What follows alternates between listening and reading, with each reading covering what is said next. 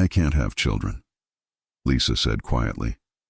For a moment, the only sound inside the black SUV was the rain ticking against the windshield. She expected silence, maybe pity, maybe the door opening and a cold goodbye. Instead, Marco Conti smiled, not a cruel smile, not a fake one, just a slow, confident curve that made her heartbeat slip. Good, he said, voice low and gravelly. I've got enough for both of us. And right there, before she could even blink, the world she thought she knew began to shift. 12 hours earlier, Lisa Jones was just a tired waitress closing another late shift at a small Italian restaurant on the edge of Brooklyn. She wasn't supposed to stay this long in New York. It was supposed to be a few months.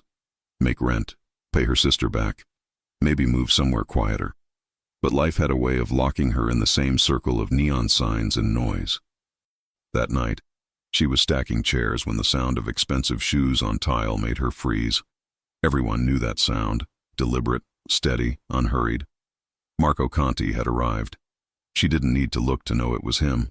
The entire room changed temperature when he walked in. Conversations softened, laughter died down, and even the kitchen boys stopped shouting over the fryer. Marco wasn't loud. He didn't have to be. He was power wrapped in quiet, an Italian suit, an expression that didn't beg or bluff, and eyes that looked through people instead of at them. Lisa kept her head down. She wiped the counter twice, then once more for no reason. She didn't make eye contact. That was rule number 1 in a place like this. Don't look at the men who can ruin you. But curiosity had a pulse. And when she finally risked a glance, just one, she saw him, sitting at his usual corner booth, sleeves rolled up, wristwatch catching the dim light. A man who looked like sin and salvation had made a deal. She'd served him 3 times before. He never flirted, never smiled, always tipped heavy, always said thank you, which none of the others ever did. But tonight he wasn't alone. 2 men stood near the door like shadows, watching the room while he talked on the phone. Lisa focused on her tray, pretended not to notice. Still, her stomach knotted. Every time Marco came in, something in her felt unsteady, like he wasn't danger to her, but for her. She was halfway through locking up when the problem started. A drunk investment type, tie loose, ego wide, had decided she owed him a smile. When she didn't give it, he followed her out back into the alley. Hey, come on, sweetheart, just a drink. No. He grabbed her wrist.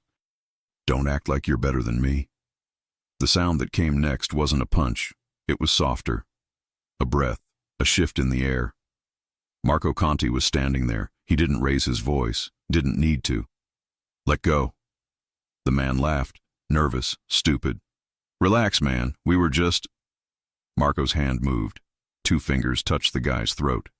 Just pressure. The man's eyes went wide. His knees buckled. He couldn't breathe. Now, Marco said. The drunk stumbled back, choking on air, and ran. Lisa's heart was racing so hard it hurt. She backed up against the wall, voice shaky. You didn't have to. He put hands on you. That doesn't mean. It means I handle it. His eyes met hers then. Deep, green, unblinking. The kind of look that made time stretch. He wasn't asking for gratitude. He was making a statement. You're safe now, whether you like it or not. She swallowed. Thank you, but I'm fine. He tilted his head slightly. No, you're shaking. I said I'm fine. And I said you're not walking home alone tonight. Before she could argue, he was already walking her to his car, a black SUV parked illegally right in front. Inside, the air smelled like leather and rain. He drove in silence for a while, one hand on the wheel, the other resting loosely near the gear shift. Lisa couldn't stop glancing at his reflection in the window. Sharp jaw, clean beard, calm like he'd seen too much to ever panic again. You always rescue strangers? She asked, trying to sound casual. He smirked. You think you're a stranger, Lisa Jones? Her breath caught. How do you... I make it my business to know who works near me. Near him, not for him. She wasn't sure which was scarier. Look, she said finally, you don't have to do this. I don't date. I don't... He cut her off softly. Who said anything about dating? Then why are you... Because nobody touches what's mine. Her pulse skipped. I'm not yours. Not yet. She turned to the window, heart pounding, unsure if she should be angry or terrified, or both. After a few minutes, she exhaled and said almost to herself, "You shouldn't waste your time anyway." He glanced at her. "Why's that?" "Because I can't give anyone what they want." "What do I want?" "A family." She laughed bitterly. "Kids. Normal life. I can't have any of that. I can't have children, and men like you don't exactly sign up for broken things." The car slowed, then stopped. He turned toward her fully. "Say that again." She frowned. "What?" "The part where you said you can't have children." She hesitated, embarrassed. "I can't." He studied her for a long second. That unreadable expression that made her feel seen and undressed all at once. Then he smiled faintly. "Good," he said. "I've got enough for both of us." Her mouth opened, but no words came out. He turned the car back on, started driving again, as if he hadn't just rearranged her entire sense of worth. When they reached her apartment, she sat there for a second, unsure whether to thank him or run. He leaned slightly closer. "Inside safe?" "Yes." "Anyone waiting for you?" "No." "Then go. Lock the door. And Lisa." She looked back. "Next time someone touches you," he said, "you call me first." Her pulse fluttered. "I don't have your number." He smiled again, slow and sure. "You will." She stepped out into the drizzle, head spinning. She barely noticed the car that turned the corner and stopped across the street. No lights, no engine. Just there. Watching. Lisa climbed the steps to her building, keys trembling in her hand. The SUV pulled away, taillights disappearing into the night. And from the darkness across the road, a camera lens clicked once. No flash, no sound, just one photo. Lisa Jones and Marco Conti. Together. Lisa felt watched before she even opened her eyes. It started as a weight, not touch, not sound. Just pressure. The kind that sits between your shoulder blades and won't let you breathe normal. Her phone said 9:14 a.m. Her rent was due in 2 days. Her bank account was at 183.41. Her head was full of him. Good. I've got enough for both of us. She lay there on her back for a full minute, staring at the ceiling of her tiny studio, replaying that line, replaying the way he said it, steady, like it wasn't a joke and wasn't pity. Like it was already decided. Like he had already placed her somewhere in his world, and she hadn't even agreed to enter it. Then the pressure between her shoulder blades tightened again. She got up, padded barefoot to the window, and lifted the blinds just enough to see the street. There it was. Black sedan, dark tint, engine running, parked across from her building. Not NYPD, not Uber, not delivery. Wrong posture, wrong glass. Whoever was inside wasn't scrolling their phone. They were sitting upright, watching. Her stomach dropped. No way. No, no. She had done nothing. She served drinks, and minding her own business wasn't illegal. This had nothing to do with her. Except it did, and she already knew why. She was in his car last night. Someone took a picture. And now, someone else wanted to know what she is to him. Her throat tightened. She let the blinds fall. For a long second, she just stood there with one hand braced on the windowsill and the other over her mouth, breathing through a kind of fear she hadn't felt before. Not normal fear, not city fear, not don't walk home alone at 2 a.m. Fear. This was different. This was, you are now a piece on a board you didn't ask to stand on. She showered fast, dressed faster, and told herself she was being dramatic. Black jeans, black t-shirt, black zip hoodie, hair up, no makeup, nothing to look at. Nothing to notice. That was how she survived New York. Be small, be polite, be nothing. She grabbed her keys, her backpack, shoved the pepper spray in her pocket, and headed for the door. Then she stopped, because her phone buzzed. Unknown number. Her heart kicked. She swallowed, opened it. You don't open your door until you tell me you're not alone. She stared, then typed back. Who is this? The answer came in less than 2 seconds. "Sweetheart, don't do that." Her chest went tight. Heat spilled down her neck. She didn't need his name to recognize him. "How did you get my number?" "I asked for it." She almost rolled her eyes. "Asked. Right. Are you tracking me?" "Yes." She blinked, stared at the word. That was it. No apology, no excuse. No, sorry if that's weird. Just yes. Her fingers flew, anger waking up.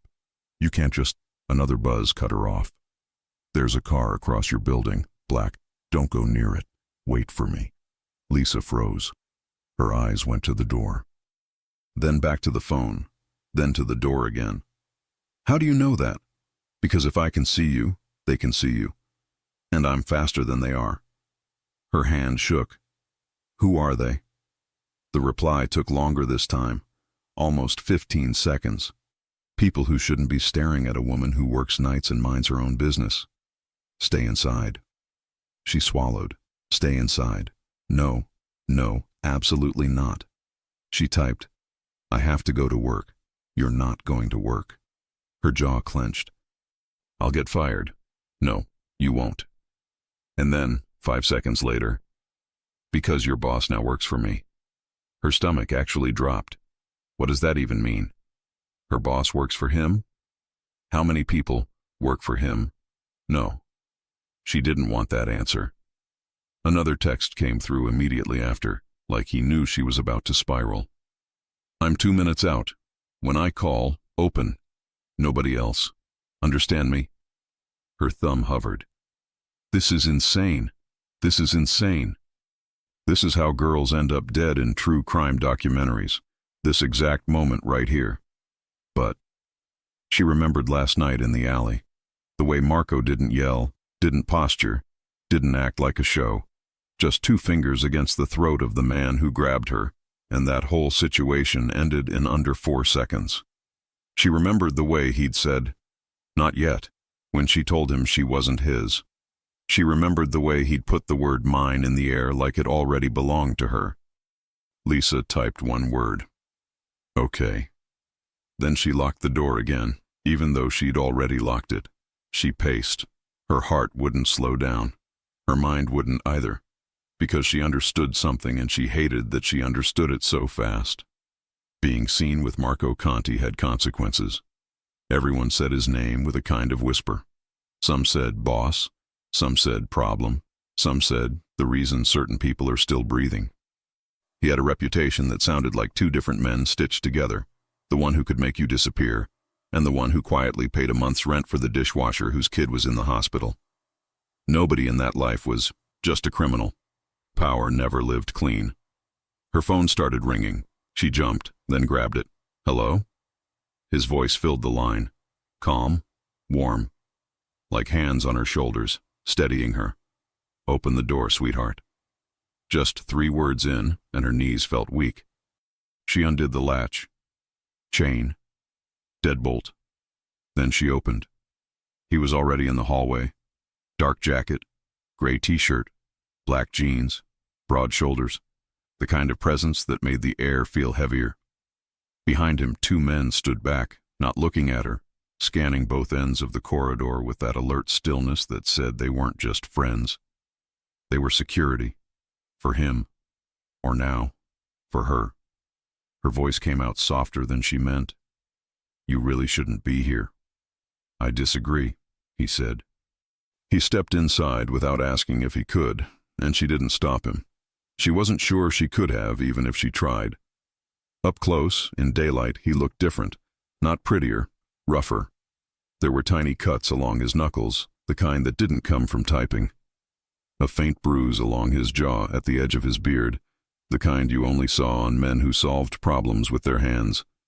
His eyes were green but not bright, deep, watchful.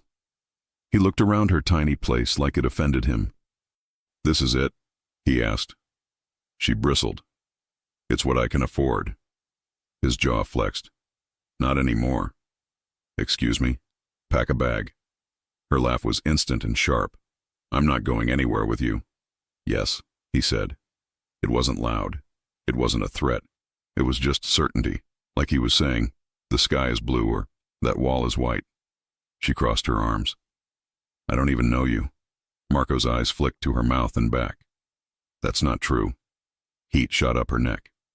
We talked for 20 minutes. I know you don't sleep enough, he said evenly. I know your rent's too high, your fridge is mostly instant noodles and off-brand cereal, and you lock your door like somebody tried it before. Her stomach turned. He didn't say it like judgment. He said it like evidence. Then he added, slower, lower.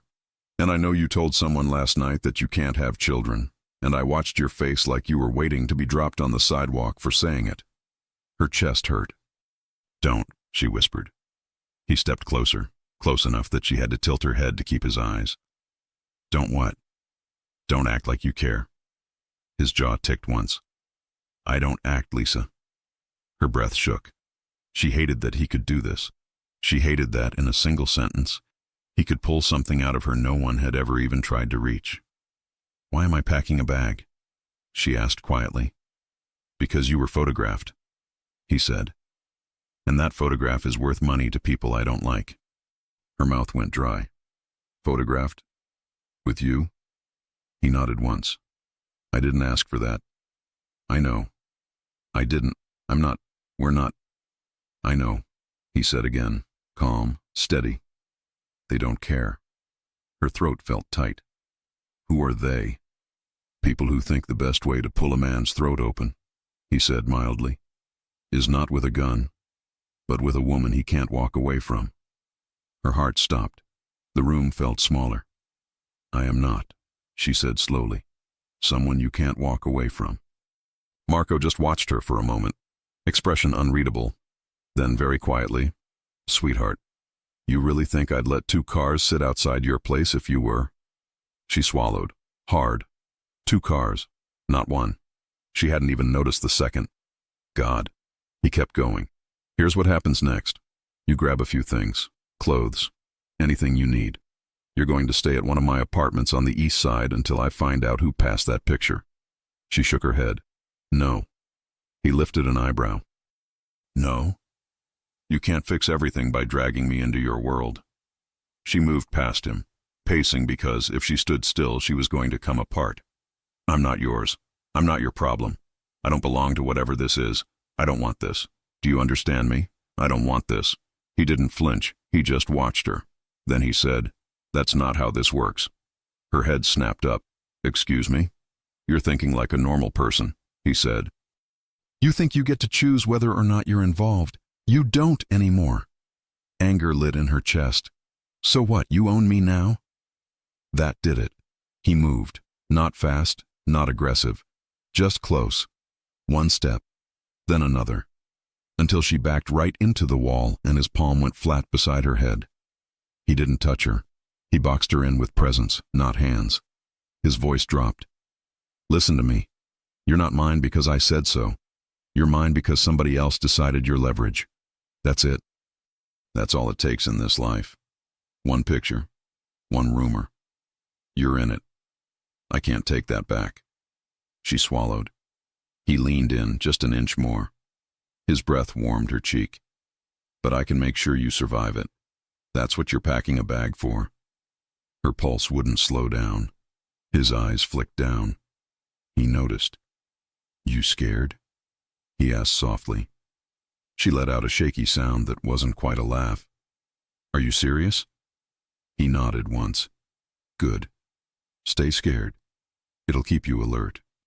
Then, as if he hadn't just pinned her soul to the wall with his voice, he stepped back like nothing happened, looked around her place again and said, Where's your bag? Her mouth opened and closed. Top of the closet. Get it. She should have said no again. She didn't. Something in her had already made a decision her mouth hadn't caught up to yet. She pulled the step stool over, grabbed the old backpack she used when she couch hopped 2 years ago, and started throwing clothes into it with hands that wouldn't stop shaking. Underwear, jeans, 2 t-shirts, 1 sweater, phone charger, toothbrush, anxiety. He watched her the whole time, quiet, focused, protective, in a way that didn't feel romantic yet. It felt territorial. No one had ever been territorial about her before. When she was almost done, she paused. How long? For now, he said. That's not an answer. I don't give answers when I don't have them.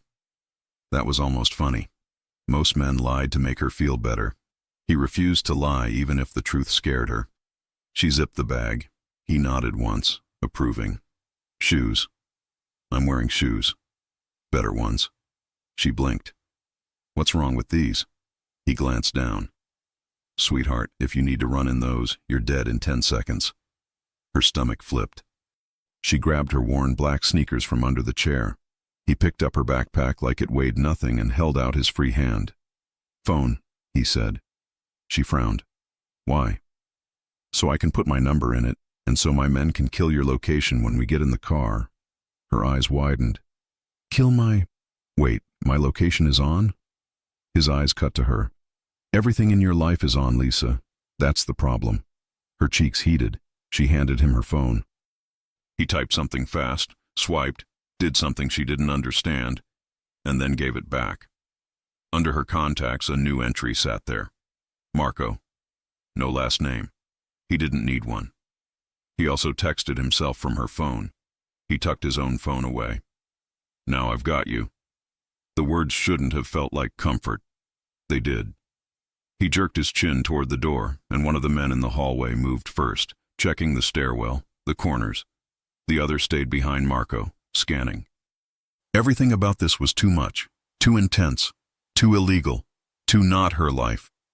And yet, when they stepped out of her building and into the cloudy late morning light, Lisa felt something she hadn't felt in a long time. Not safe, protected. It wasn't the same thing.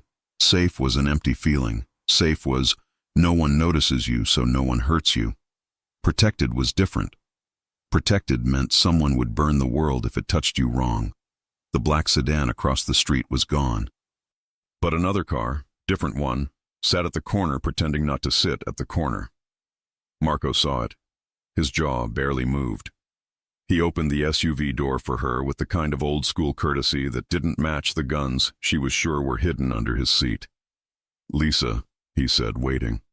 Her body reacted before her brain did. She climbed in. He slid in beside her, not in the driver's seat, in the back. One of his men took the wheel. The other got in up front. The doors shut. The locks clicked. Her voice shook. Where are we going? One of my places, he said. How many is one of? He almost smiled. Enough. Her pulse kicked. She watched the city pass by through tinted glass. Normal people carried coffee, walked dogs, argued at crosswalks, lived whole lives without thinking about who sat in which black SUV. Her chest hurt.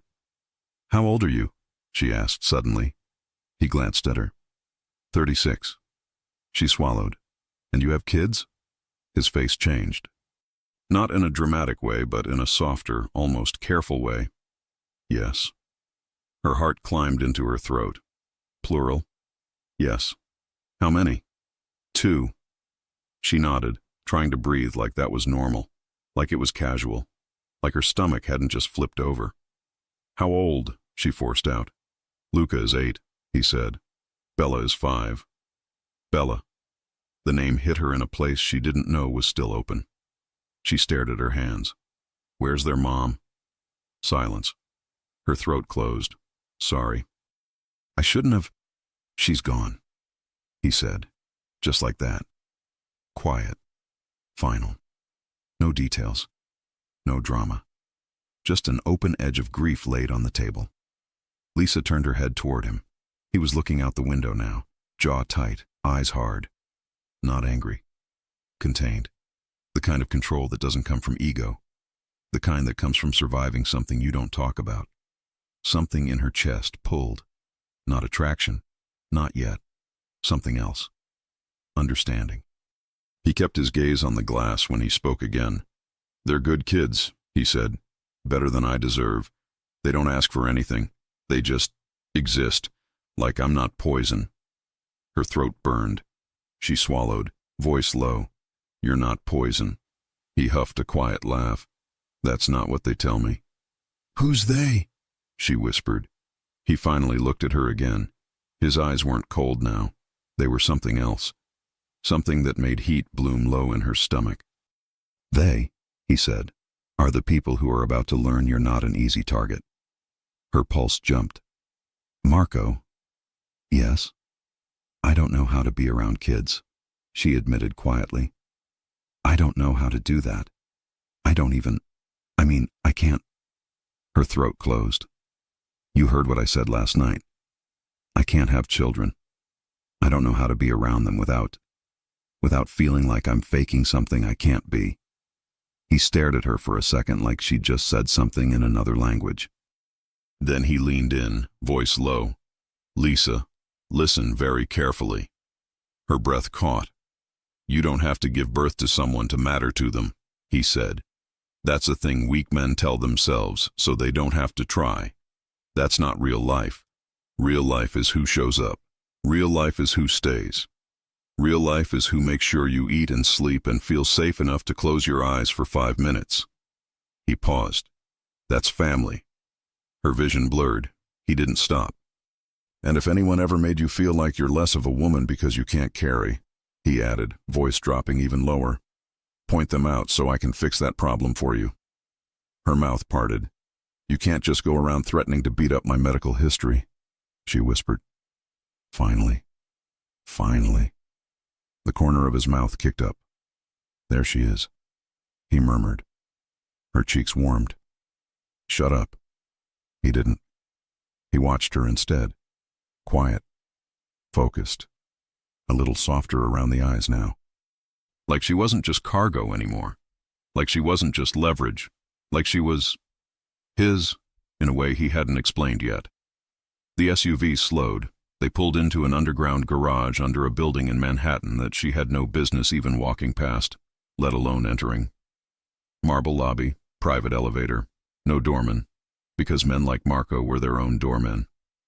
Her throat tightened. I can't afford to even breathe in here. You're not paying, he said. That's not the point. He actually looked amused. Then what is? She stared at him. Why are you doing this? For the first time since she'd met him, he didn't answer right away. He reached out, and for 1 second she thought he was going to touch her face, and her entire nervous system prepared to self-destruct. But he didn't. He tugged very gently at the sleeve of her hoodie, fixing where it had bunched at her wrist. Then he said, simple, like it was obvious, because last night someone put a hand on what's mine. I don't let that go. Ever. Her heart punched against her ribs so hard it hurt. The elevator opened directly into the apartment. Lisa stepped in and forgot how to move. It wasn't what she expected. She thought, Mafia safe house. She pictured cold steel, empty walls, blackout curtains, a gun on every flat surface, no personality. This wasn't that. This place was lived in. Warm gray walls, big couches with blankets thrown over the back, a couple of kids' drawings stuck to the fridge with magnets, a pink backpack dropped by the kitchen island like somebody came home from school and forgot it there. Her breath hitched. Marco, she whispered, is this... Do your kids live here? They stay here some nights, he said. Stay. Not visit. Not sometimes. It sounded like this was their place. She walked forward slowly, almost on autopilot. There were little sneakers by the door, a tiny jacket hanging off the back of a chair, crayons in a bowl, cereal on the counter. A half-finished puzzle spread over the coffee table in the living room. Her throat closed around something she didn't have words for. It was too intimate. Not romantic intimate, family intimate. You okay? He asked behind her. Lisa swallowed. Yeah, Her eyes stopped on the backpack. Small, pink, soft straps, glitter unicorn patch. Her hand lifted on instinct. Don't touch that. His voice wasn't sharp. It was tight. She froze. Sorry. He exhaled through his nose. No, you're okay. You can. It's not that. He dragged a palm over his jaw. Bella gets mad when people move her stuff. She's 5. Everything is important. Something in Lisa's chest flipped. Bella, she said softly. His eyes went to her face at the way she said the name. Yeah, he said quietly. Bella. Lisa tried to smile, but her mouth wobbled. That's pretty. She's trouble, he said, but she could hear it. The warmth, the pride, the ache underneath both. Lisa blinked fast. She couldn't look at the backpack anymore, not without feeling something she wasn't ready to name, because that right there, that tiny glittery unicorn little girl backpack, was the proof. He hadn't lied. He really did have enough for both of us. He really did have kids. He really did have love already in his life. And he was still looking at her like she wasn't a burden but an answer. She forced herself to breathe. Her voice came out quiet. Marco? Yeah. What happens if people find out I'm here, with you, with them? He didn't blink. Then I make sure anyone who says your name in the wrong tone doesn't get to say anything again. Her stomach turned. That sounds like you're going to handle it, he said. She stared at him. You mean kill them? He held her gaze. He didn't confirm it. He didn't deny it. Her chest felt tight for a different reason now.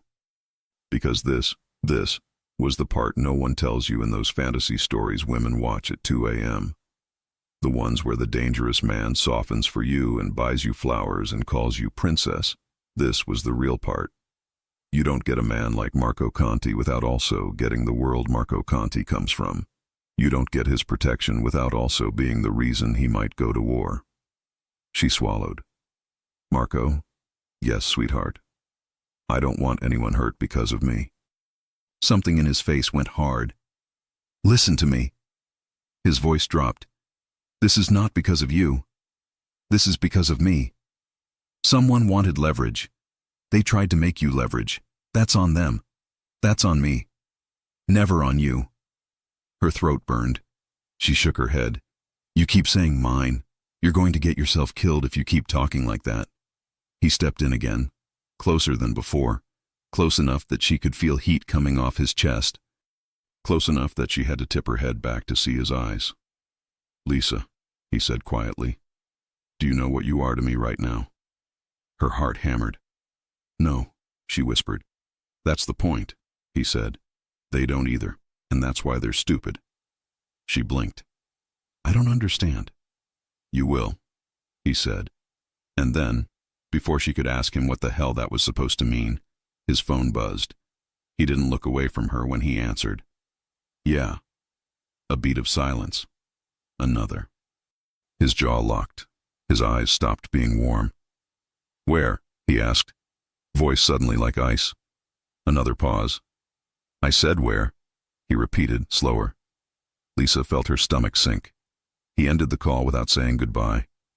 Marco, she whispered. What happened? He slid the phone into his jacket. His expression was calm. Too calm. That kind of calm that doesn't mean everything is fine.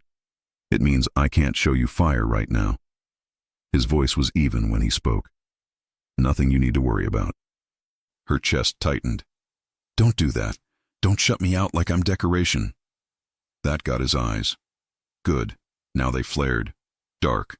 Proud. My picture, he said quietly. From last night. It's out. Her mouth went dry. Out where? In the wrong group chat. She frowned. Okay, I don't... It means, he said, they've already decided you're mine. Her heart pounded. But I'm not... He cut her off, stepping even closer, his voice low and final. Doesn't matter what's true. It matters what they believe. And right now, they believe you belong to me. Her breath caught. And because of that, he continued, they think you're how they get to me. Which means, Lisa. He reached up, and this time he did touch her. 2 fingers under her chin, tilting her face up so she couldn't look away. His touch wasn't rough. It was possessive in a way that made her knees feel weak. You don't leave my side until I say so. Her pulse was everywhere. Marco, she whispered, not sure if it was a protest or a plea. Yes, sweetheart. Does this mean I'm in danger? His eyes didn't blink. It means if anyone comes near you again, I go to war. The room felt suddenly very small. She swallowed. For me? He didn't hesitate. For my family. Her heart slammed so hard she swayed. She opened her mouth, to argue, to deny, to say she didn't belong in that word. But she never got the chance. Because from the hallway a small voice called out, soft and sleepy, "Daddy?" Lisa went still. Her eyes widened. Oh God. He has them here, right now. Marco's eyes didn't leave Lisa's face. Something changed in them, not softer exactly, deeper, warmer. Like he was letting her see a part of him no one else got. Then he turned his head toward the hallway and said, gentle in a way that made Lisa's chest ache, "Yeah, Bella, I'm here." Tiny footsteps padded across the hardwood. A little girl in an oversized t-shirt appeared in the doorway, hair messy, eyes half open, thumb in her mouth. She blinked at Marco first. Then at Lisa. Then back at Marco. "Who's that?" the little girl mumbled around her thumb. And in that instant, every nerve in Lisa's body lit up, because she realized something so huge she almost forgot to breathe. This wasn't a game. This wasn't pretend. This wasn't dangerous man flirting with waitress for fun. Marco Conti had just brought her into his real life, in front of his child. No one does that casually. No one. Marco's answer was simple, calm, direct. "She's ours for now," he said. "Ours. Not mine. Ours." Lisa's knees almost gave out. Bella stared at Lisa for another beat, then walked right up to her like 5-year-olds do when they haven't learned fear yet and asked, very serious, "Are you staying for breakfast?" Lisa opened her mouth. Nothing came out. She couldn't talk. She couldn't breathe. Her vision blurred. Marco watched her, and there was something like victory in his eyes, but not cruel. It was softer, male, deep. The look of a man who had just decided something permanent in his head. Lisa swallowed hard, forced air into her lungs, and nodded. "Yeah," she whispered, voice shaking. "Yeah, I'm staying." Bella smiled, satisfied, and ran for the kitchen like that settled it. Lisa stood there in the quiet that followed, heart in her throat, mind spinning, body buzzing like every line of her life had just been redrawn in permanent ink. Finally she managed, in a whisper that barely made it out, "Marco, what did you just do?" He didn't break eye contact. He didn't look sorry. He just said, in a tone so sure it scared her and calmed her at the same time, "I told my world you're under my name," he said. "Now we see who's stupid enough to test it." She stared at him. Her chest was tight, her hands were shaking. And for the first time, Lisa understood something cold and impossible and real. Last night, she was a waitress who thought she had nothing to offer. Right now, she was the reason a mafia boss was ready to go to war, and she had no idea what that war was going to look like. Lisa didn't sleep that night, not with the way the house creaked, not with the way her heart refused to slow, and definitely not with the sound of soft breathing from the 2 small bedrooms down the hall. She lay on the couch, wrapped in a blanket that smelled faintly of detergent and something warm, cinnamon, maybe, and stared at the ceiling. Every few minutes she'd hear footsteps, a door opening, Marco's voice, low and steady, talking to someone on the phone. He never raised it. He didn't have to. She closed her eyes and saw the image again. The little girl in the hallway, thumb in her mouth, asking if she was staying for breakfast, and Marco's voice behind her. "She's ours for now." Her stomach fluttered every time she replayed it, not because of what it meant to him, but because of what it suddenly meant to her. She hadn't realized how hungry she'd been for a voice like that, steady, protective, sure. She'd built her life out of quiet, out of self-defense, out of pretending she didn't need anyone to pick her up if she fell. But now, she wasn't so sure she could go back to that. The smell of coffee woke her before sunrise. She sat up, hair a mess, sweater sliding off one shoulder. Marco was in the kitchen, sleeves rolled up, pan sizzling. "Morning," he said without turning. "Morning," she echoed, voice rough. He nodded toward the counter. "Coffee's there. Sugar's in the jar. Don't touch the white one. That's for the kids." She blinked. You make different sugar. They think powdered sugar and hot chocolate is a luxury. I'm not about to ruin that illusion. It almost made her laugh. Almost. She poured herself a cup, grateful for the warmth. You cook? Sometimes. For yourself? For them. She leaned on the counter, watching him. He moved like someone who wasn't used to rushing, every motion measured, deliberate. She noticed the scars on his forearm when he flipped a pancake. They weren't new. Do you ever sleep? She asked quietly. He glanced at her. No. Why not? He shrugged. Men like me don't get rest. We get silence if we're lucky. There was something about the way he said it that made her chest ache. He slid a plate in front of her. Pancakes, eggs, fruit cut into cubes that were too neat to have been done by accident. Eat, he said. I'm not hungry. You are. I'm not. He set the fork in her hand. Eat. It wasn't a command. It was care disguised as one. She sighed and took a bite just to shut him up, and hated how good it was. This is unfair, she muttered. He smirked. What? You're not supposed to be able to cook. You're supposed to be, I don't know, yelling into a phone, smoking cigars, not... She gestured helplessly, making pancakes shaped like hearts. He chuckled low in his throat. Bella insists.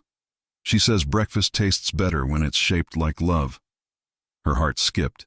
He said it so casually, like love wasn't something dangerous, like it was just normal. She wanted to believe that. The door down the hall creaked open. Luca appeared first, hair sticking up, clutching a stuffed dinosaur by the neck. Bella followed, dragging her blanket, eyes still half shut. Daddy, Luca mumbled. She's still here. Marco ruffled his son's hair. She is. Does that mean she's family now? Bella asked, climbing onto a chair. Lisa almost choked on her coffee. Marco's mouth curved. She's, helping out for a while.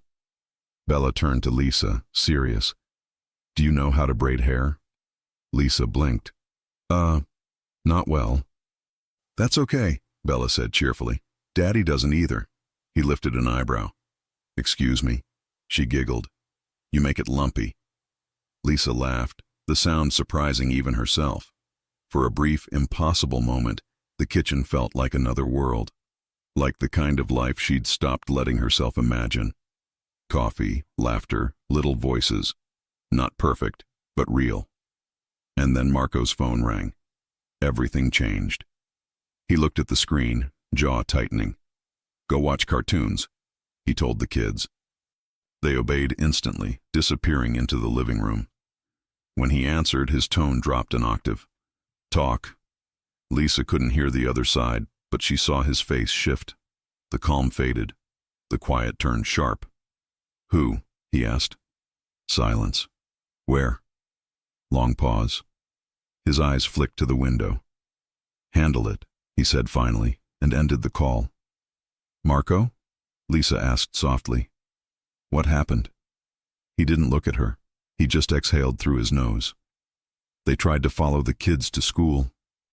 Her blood went cold. What? They didn't get close, he said. My men spotted them. But that's the problem. Someone wants me scared. Someone wants me distracted. Because of me, she whispered. He turned to her then, eyes cutting through the air. No, because of me. They're using you.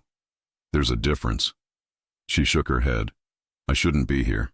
I'll make it worse. He stepped closer. Leaving makes it worse.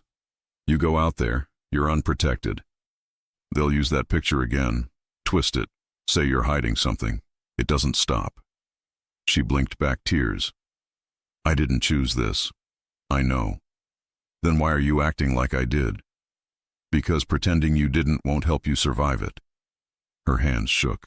I don't want to survive it. I want it gone. Marco's voice dropped to a near whisper. That's not how this life works, sweetheart. Once they see your face, you're part of it. She hated that part of her, understood. He poured himself a new cup of coffee, took a slow sip, and said, You want to understand something? Come with me. Where? He didn't answer. He led her down the hall to a room she hadn't seen before. When he opened the door, she stopped cold. The walls were covered with photos, maps, names, lines connecting faces, a whole operation laid out like a web. In the corner, a picture of her, from last night, caught in headlights. Her face, half turned toward Marco in the SUV. She covered her mouth. "Oh my God," he spoke quietly. "Every one of these people has something to lose. Every one of them thinks I'm the monster in the story. But here's the truth. I don't start wars. I end them." She looked up at him, eyes wide. "What do they want from you?" "Control. And from me? Proof I can be controlled." Her chest ached. "That's insane." He nodded once. "Exactly." Lisa turned to the wall again. "You can't fight everyone, Marco." He glanced down at her. "I don't have to. I just have to make the first one regret it." She pressed her lips together. "You can't keep doing this forever." "I can until they stop breathing."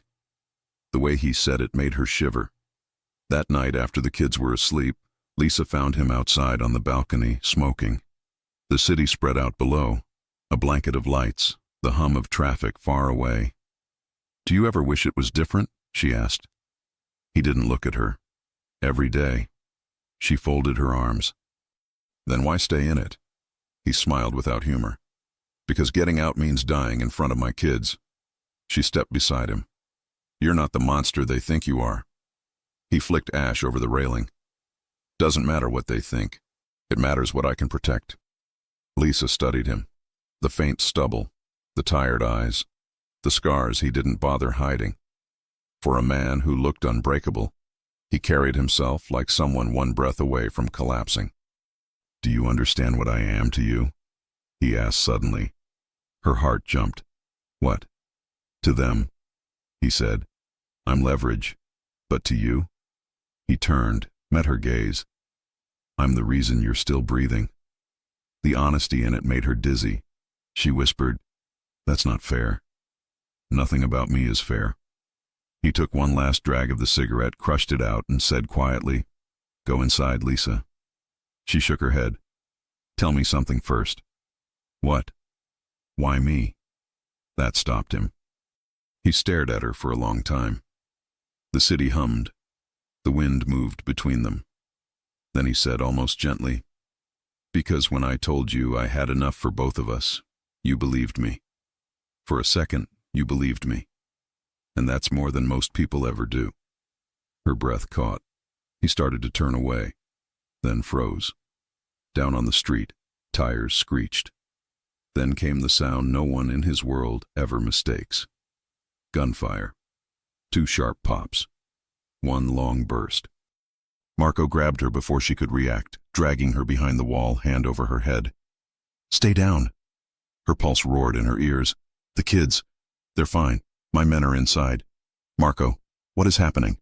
He checked his gun, black, compact, worn from use, and peered over the railing. His jaw clenched. Someone just sent a message. "What kind of message?" she whispered. He turned his head toward her, and for the first time since she'd met him, she saw real fury in his eyes. "The kind," he said, "that ends with bodies." Her stomach twisted. "You can't—" He cut her off. "You think I let people shoot at my family and walk away?" She froze at the word again. Family. He wasn't even thinking when he said it now. It was instinct. "Marco," she said softly, "you'll get yourself killed." He looked at her, voice low, dangerous, intimate. "Then at least you'll know someone died protecting you." By the time the noise stopped, the city sounded normal again. Cars, horns, sirens far away. But the quiet between them wasn't the same. She realized then she wasn't watching a criminal. She was watching a man who had built a life out of keeping people alive, even if it meant losing himself in the process. She wanted to tell him to stop. She wanted to tell him she was terrified. But all she said was, "What happens now?" He holstered the gun, looked at her, and said, "Now we find out who thought they could shoot at my home." Lisa's voice trembled. "And if it's someone you know?" He smiled, not kindly. "Then I bury someone I used to trust." That night she couldn't shake his words. And when she finally closed her eyes on the couch, she dreamed of small hands, a pink backpack, and a man with green eyes whispering, "You don't have to give birth to someone to matter to them." But when she woke up, the seat beside her was empty, and the door was left open. Marco Conti was gone, and outside, the street smelled like smoke. Lisa woke to silence. No Marco, no coffee smell, only the soft sound of cartoons from down the hall. She found Luca and Bella sitting on the rug, one stacking blocks, the other half wrapped in a blanket.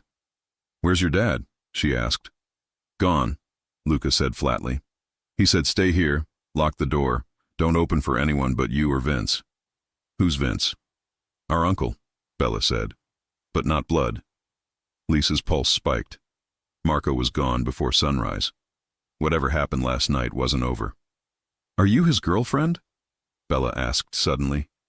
Lisa blinked. "It's complicated." "Complicated means dangerous," Luca muttered. Bella snuggled against Lisa's side. "If you stay, he sleeps." Those 5 words crushed her. She wrapped her arms around the girl. "Then I'm staying." Lisa made breakfast, lumpy waffles instead of heart-shaped pancakes. It didn't matter. Bella smiled. Luca ate in silence. Normal moments in a life that wasn't normal. Her phone buzzed. 3 missed calls. "Marco." She called back instantly. "Sweetheart," he said, voice calm. "Where are you?" "Handling something." "Are you okay?" "Yes." "You're lying." He almost laughed. "Maybe." "Marco." "It's done," he interrupted. "They won't follow my kids again." Her grip tightened. "What does that mean?" "Don't worry about it, I'm coming home." The word home made her heart twist. "Listen carefully," he said. "No one opens that door. Not even if they say my name. Say it. I won't open. That's my girl." Her knees almost gave out. An hour later, the door opened. He walked in like a storm, wrapped in control, sleeves rolled up, eyes scanning the room. The kids ran to him. He lifted Bella, pressed a kiss to her hair, and looked at Lisa. "See, I told you I'd come home." She tried to steady her voice. "You did. You kept them safe. You should tell me what you did." He shook his head. "You don't want that in your head." He was right. She didn't. "Daddy, can she stay forever?" Bella asked. Marco looked straight at Lisa. "She'll stay, for now." Her heart skipped. Later he brought her into the room full of maps and photos, and there it was. A new picture of her. Clear, close. Sitting in his SUV, looking at him like she belonged there. "What is this?" she whispered. "Leverage." "Who took it?" "Someone who wants to make me look weak." Her voice shook. "Because it looks like you care about me?" He met her eyes. "Exactly." He stepped closer. "You want the truth, Lisa? They're saying you replaced my wife." Lisa froze. "Your wife?" "Elena," he said quietly. "She died in a car meant for me. Bella was in the back seat. She lived. Elena didn't." Tears blurred Lisa's eyes. "I'm sorry." He shook his head. "They're using her memory to hurt me, spreading lies that I traded her for a waitress who can't give me another child." The words hit like knives. He continued, voice low and dangerous. "They're calling you nothing, so I'm going to make sure they learn how wrong that is." "How?" she whispered. "By making sure they understand what you are to me." Her heart pounded. "And what am I?" He leaned close. "Mine." The word landed deep. "Marco," she breathed. "If they think you're mine," he said, "they'll stop testing. But I need you to understand, this isn't about safety anymore." Her eyes burned. "You think claiming me fixes it?" He smirked faintly. "It's not pretending, sweetheart. It's just saying out loud what's already true." She trembled. "You don't even know what I've been through." He tilted his head. "Then tell me." Her voice broke. "My ex, Tyler, and left when I told him I couldn't have children. Said I wasn't a real family. My own mother agreed." Something snapped behind Marco's eyes. "Where is he?" "Don't," she whispered. "It doesn't matter." "It matters to me." Why? Because nobody talks about you like that and keeps breathing. Her throat closed. You can't fix it. He leaned in, voice rough. Watch me. Her tears finally fell. He caught one with his thumb. No one ever makes you apologize for that again. You hear me? She nodded, shaking. Say it. I hear you. Good girl. Her heart stuttered. Marco. What? You don't even know what you're doing to me. He smiled faintly. Yes, I do. She touched his face, trembling. I would have loved her. Your wife. He froze. For a man who never blinked under threat, that line broke him. Lisa. He warned softly. I would have loved her. She said again, eyes wet. And I already. Careful. He murmured. Why? Because if you finish that sentence, I'm not letting you go. Her pulse fluttered. And if I wasn't planning to go? He kissed her. It wasn't gentle. It was everything they hadn't said, all the grief and want tangled together. When he finally pulled back, he whispered against her lips. That's not temporary.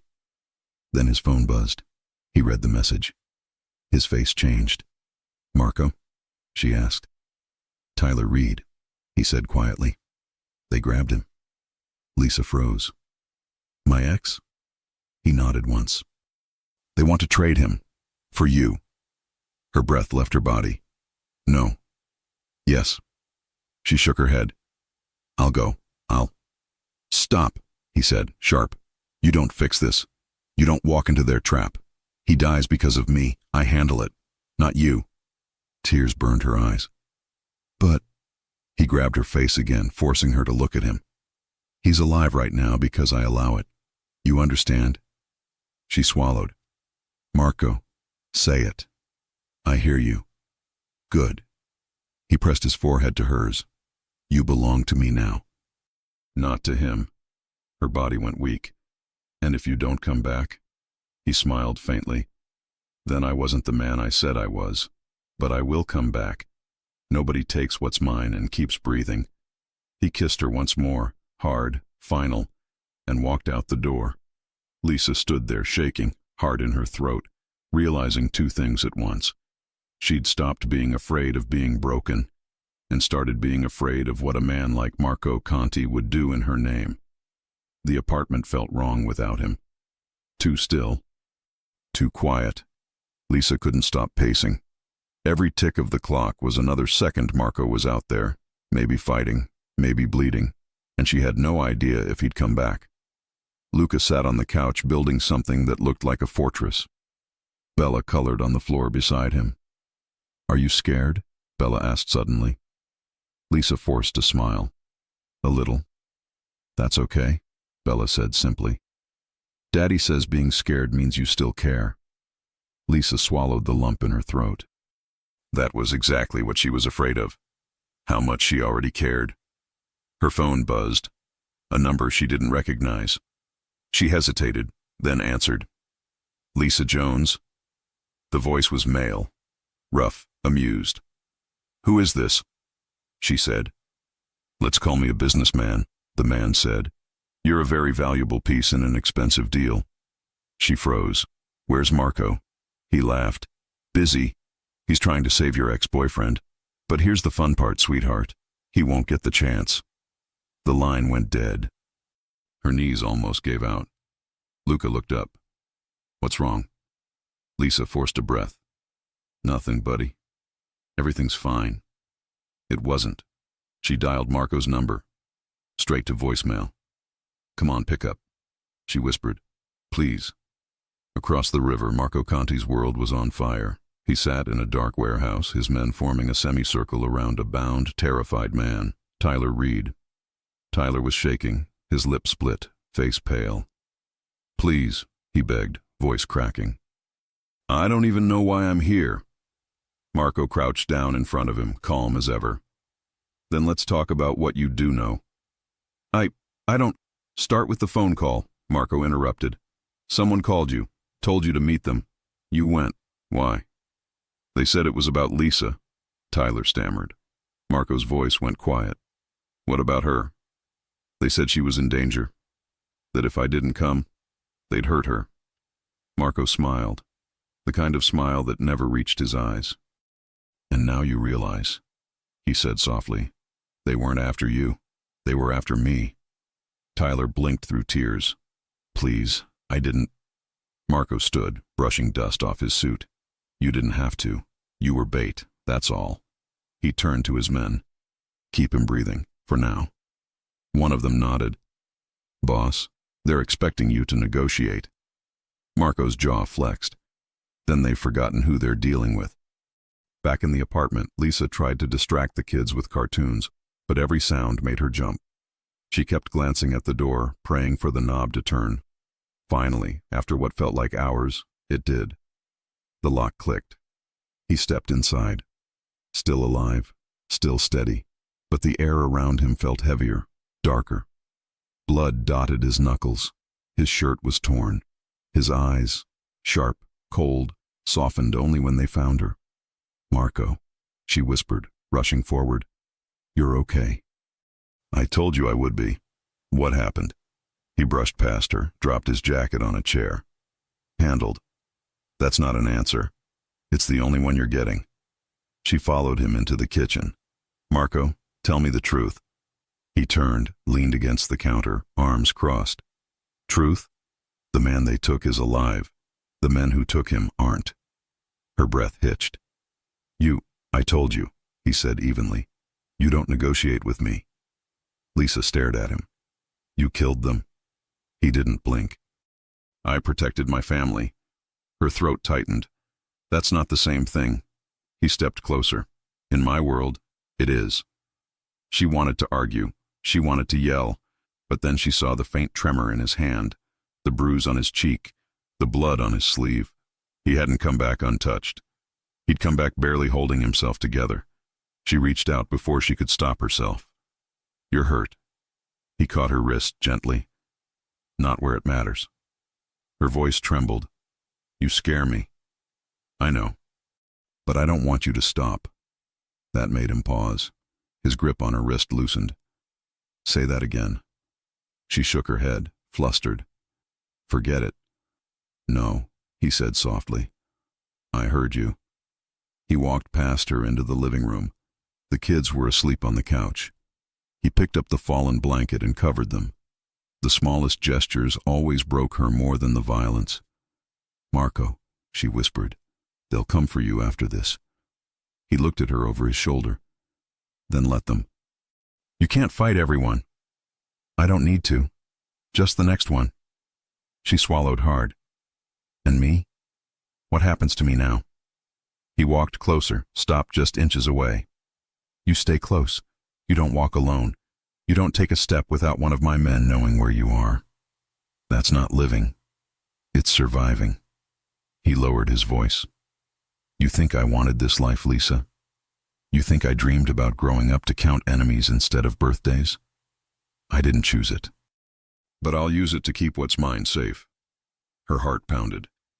And what exactly is yours? He didn't hesitate.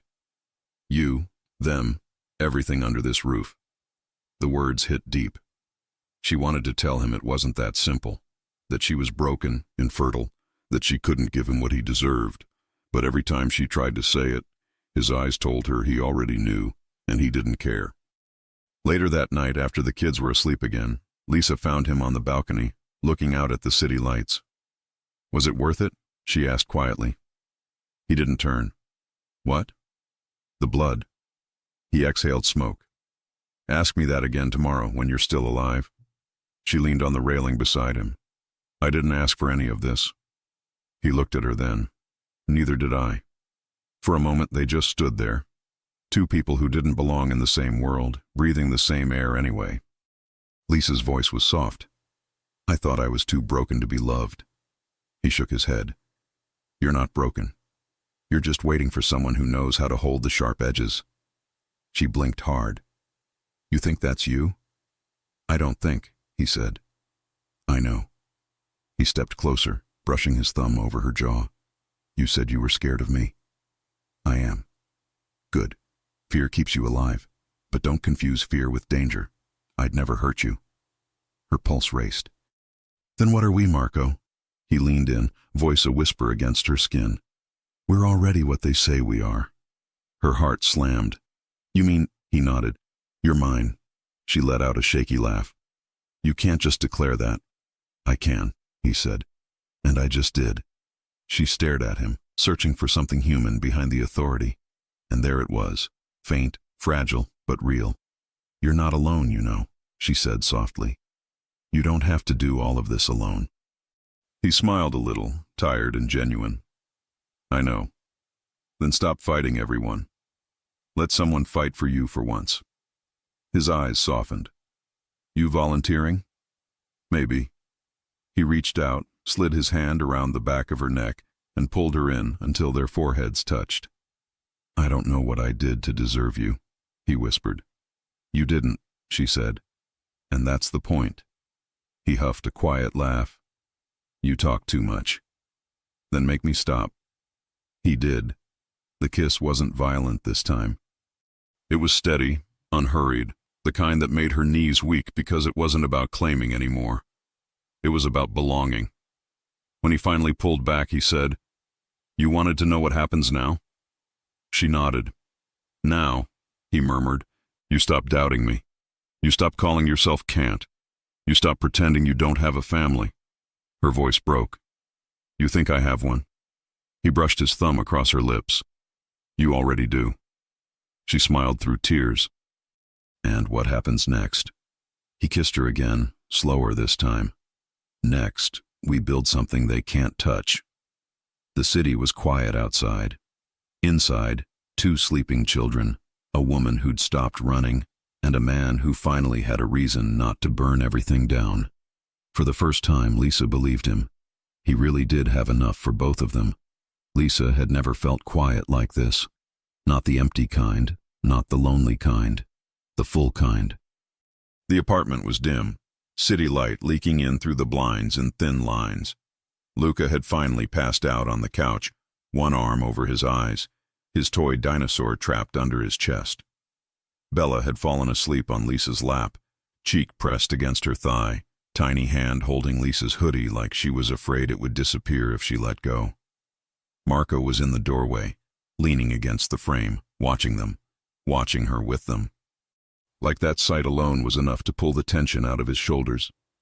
You should sleep, Lisa whispered. I will, he said quietly. After you. She smiled a little. That's not how sleep works. With me it is. Her heart did that stupid, weak, unstoppable thing again.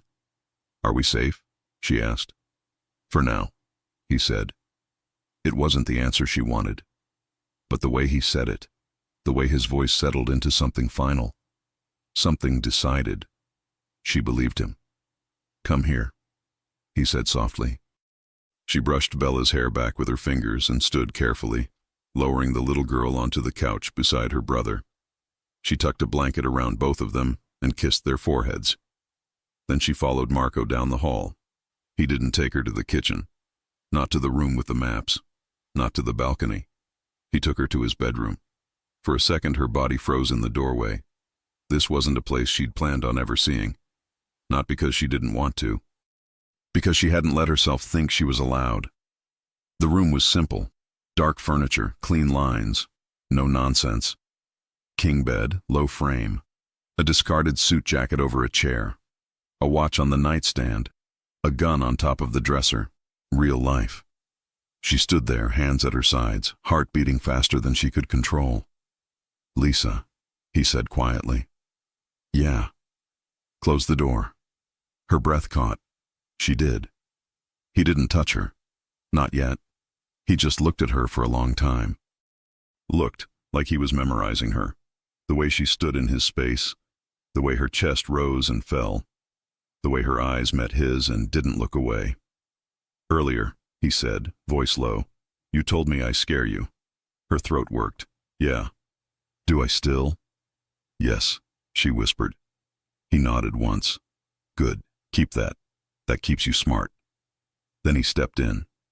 Closer, closer, until she had to tilt her chin up. But answer this for me, and don't lie. She swallowed. Okay. He brushed his knuckles along her jaw, slow, like she was something you don't grab, you claim. Are you scared of me hurting you? Her eyes burned. No. Good, he murmured. Marco, and are you scared of how much you already want to stay? Her lips parted, but sound didn't come. His mouth curved. There it is. She tried to look away. He didn't let her. 2 fingers under her chin, gentle, guiding her face back up. Stop doing that, he said quietly. Doing what? She breathed. Trying to act like you're temporary. Her chest tightened. I'm not trying to. Yes, you are. You're standing in my room like you're scared to make a mark. You're talking like this ends in the morning. You're holding yourself like you're still waiting to be told you're not enough. Her throat burned. That's not... Lisa. Her breath stuttered. He lowered his voice. You don't talk about yourself like that in my house. Ever again. Tears hit her eyes so fast it made her angry. Stop. Don't say it like that. You don't get to just fix it with words. I didn't say I was fixing it, he said softly. I said it doesn't exist here. Her chest shook. Come here, he said. She was already there. He slid one hand to the side of her neck, the other to her hip, and pulled her into him. Her body fit like it had been waiting for that exact position. Solid chest, heat, safety, his scent, his steadiness. It hit her so hard her knees weakened. Her forehead landed against his collarbone. For a second, she didn't move. She just breathed. He lowered his mouth to her hair. You okay? She nodded against him. Good, he said quietly. Because we're going to talk now, and I need you clear. That made her lift her head. Talk? Yeah. She huffed out a shaky laugh. That sounds scarier than anything else you've done. It should, he said. He guided her to sit on the edge of the bed. He stayed standing in front of her, broad, steady, thumbs hooked in his belt like he was holding himself back from touching her more than she could handle at once. Today, he said, someone took your ex. Tried to trade him for you. Told me you're just a waitress and not worth dying for. Told me you were nothing. His jaw flexed. They're gone now. She swallowed. Gone like gone? Gone like don't worry about them again, he said evenly. A chill went through her, but it wasn't fear of him. It was fear of what would have happened if she hadn't met him. He went on. You know what they didn't understand? She shook her head. They thought they were threatening me, he said. They thought they were pressing on a wound. They thought if they said you were weak, I'd fold. His eyes locked on hers. They called you nothing, Lisa. Nothing. To my face. Her hands curled in the blanket. And you. I corrected them, he said simply. God. Her voice came out unsteady. You can't do that for me. I already did. You shouldn't. He leaned down, bringing his face level with hers. I'm going to say this once, he said quietly. You don't ever tell me who I'm allowed to love. Her heart slammed, her mouth opened, closed. He'd said love. The world actually steadied around her. Marco, she whispered. You don't mean that. His expression didn't move. Look at me. She did. Do I look like I say things I don't mean? Her chest ached. No. Then believe me. Her eyes filled. I don't know how. His mouth softened. His voice did too. That's okay, I'll show you. She made a helpless sound in her throat. He leaned in and kissed it away. This kiss wasn't the hungry, desperate crash from before. This one was deep, certain, slow. The kind that says you're not an accident in my life. You're an answer. Her hand slid up his chest, gripping his shirt. He groaned low in his throat when she pulled him closer. He broke the kiss with a breath, forehead resting against hers, voice rough. If I keep going, I'm not stopping.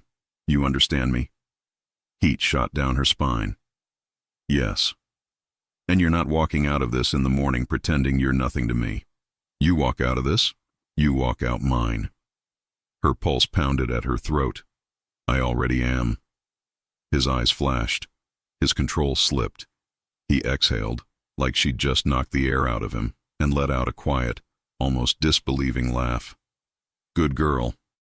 Her whole body went weak. Okay, he said softly. Then we're done pretending. She swallowed. What does that mean? It means, he said, straightening, voice turning low and certain.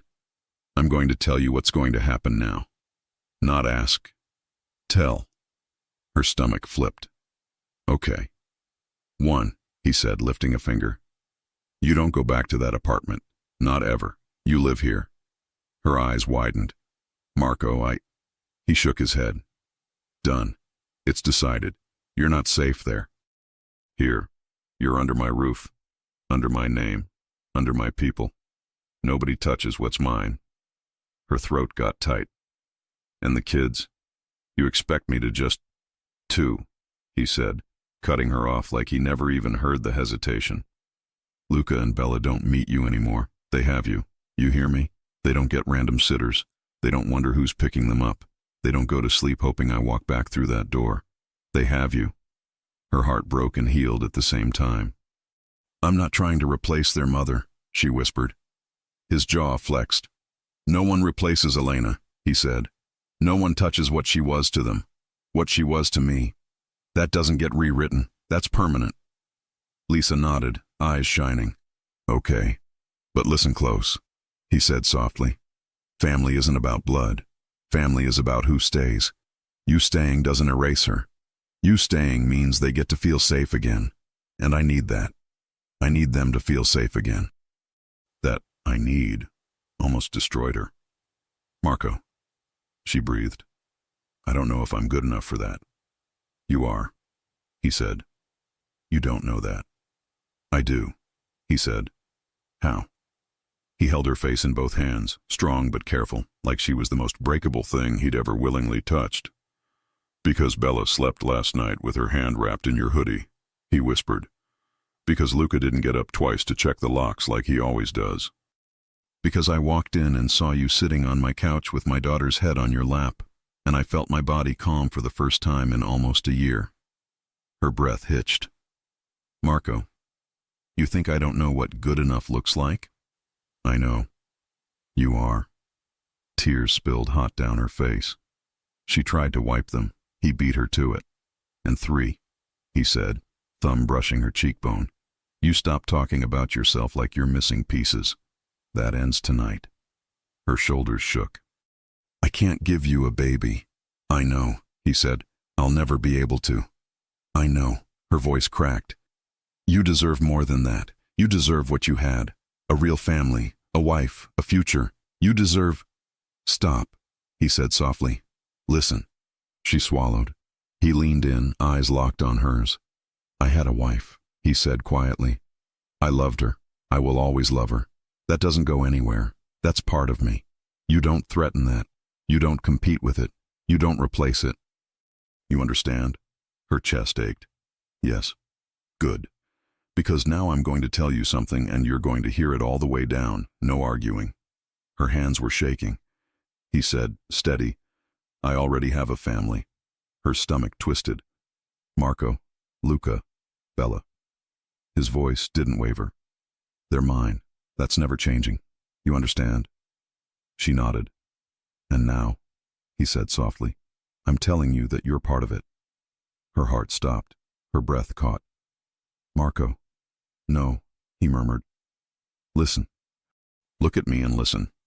You keep thinking love is something you earn by producing something. A ring.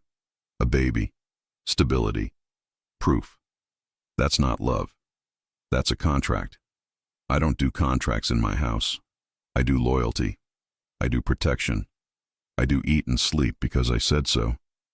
I do. Nobody talks to you like that and keeps their teeth. That's love here. That's what you get. Her eyes filled again. I don't know how to take that. I'll teach you, he said.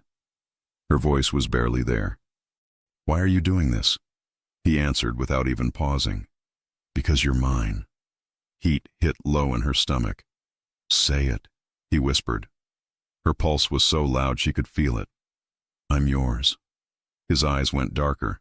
Again. I'm yours, she breathed.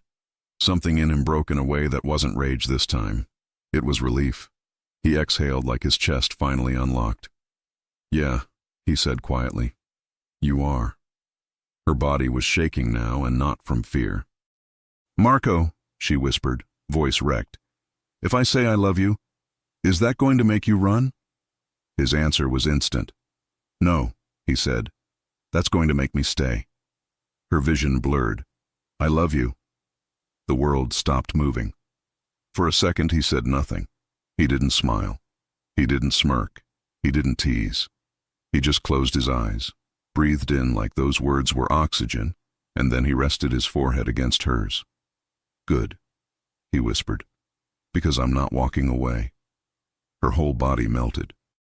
He kissed her then, slow and deep and certain. It wasn't a first kiss. It wasn't a goodbye kiss.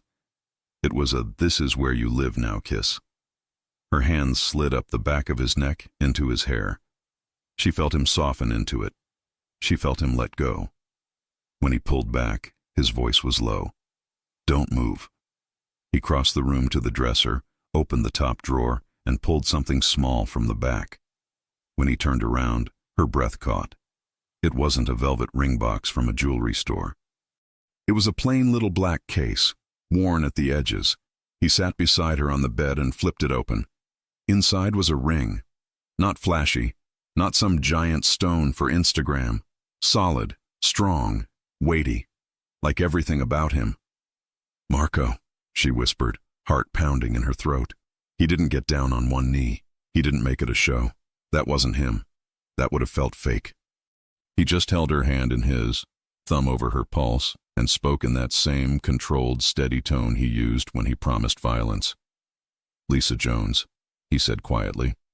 I don't do temporary. I don't do casual. I don't do for now. I do mine. I do always. You want out, you tell me right now. You say no, I walk out that door and I never put pressure on you again. You say yes, then you wear my name and there's not a man on this coast who's going to misunderstand what that means. She stared at him. Her eyes were wet, her throat tight, her voice almost gone. This wasn't a question about jewelry. This was a life decision in his mouth.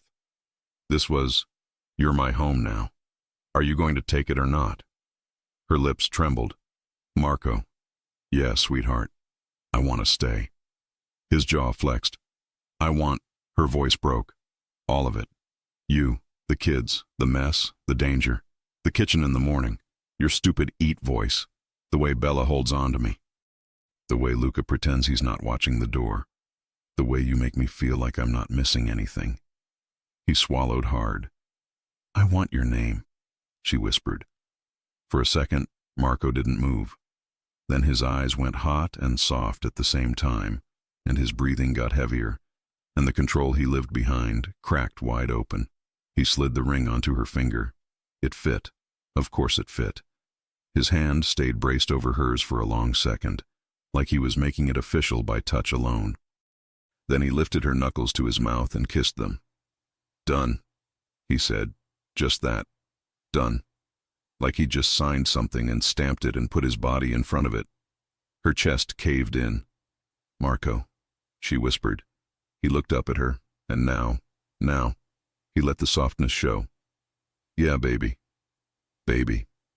That was new. Her heart actually flipped. Does this mean... She had to swallow. Does this mean I'm...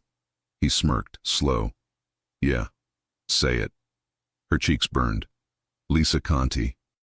He let out a slow breath through his nose and closed his eyes for a second, like her saying that had just healed something that had been split open too long. When he looked at her again, his voice dropped to a whisper. That's right. Her vision blurred and she actually laughed, a wet, broken, relieved sound. Oh my God. He leaned in and kissed her again, and this time the kiss got deeper, hotter, needier, but it wasn't about claim anymore. It was about future. When they finally broke apart, both of them breathing hard, she pressed her forehead to his. What happens now? Now, he murmured. Yeah. Now I take care of you. Her lips curved. You kind of already do. Not like that, he said. Her stomach tightened in the best way. Oh, he chuckled low. Yeah. Oh, Her face heated.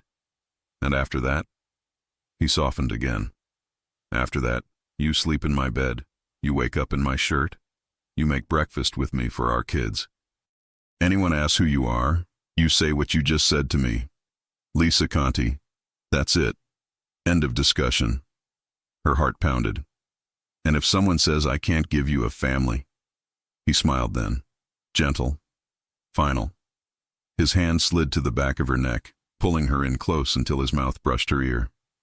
You let me answer that, he whispered. How would you answer it? She breathed. I'd say, he murmured, voice like a promise. She told me she can't have children. And I said good. I've got enough for both of us. Her eyes stung. He went on, softer now. Because it's true, Lisa. I already have enough. I already have Luca. I already have Bella. I already have what matters. And now, he pulled back just enough to look at her. I have you. Her throat closed. You're going to make me cry again. Good, he said. She let out a watery laugh. That's rude. I'll live.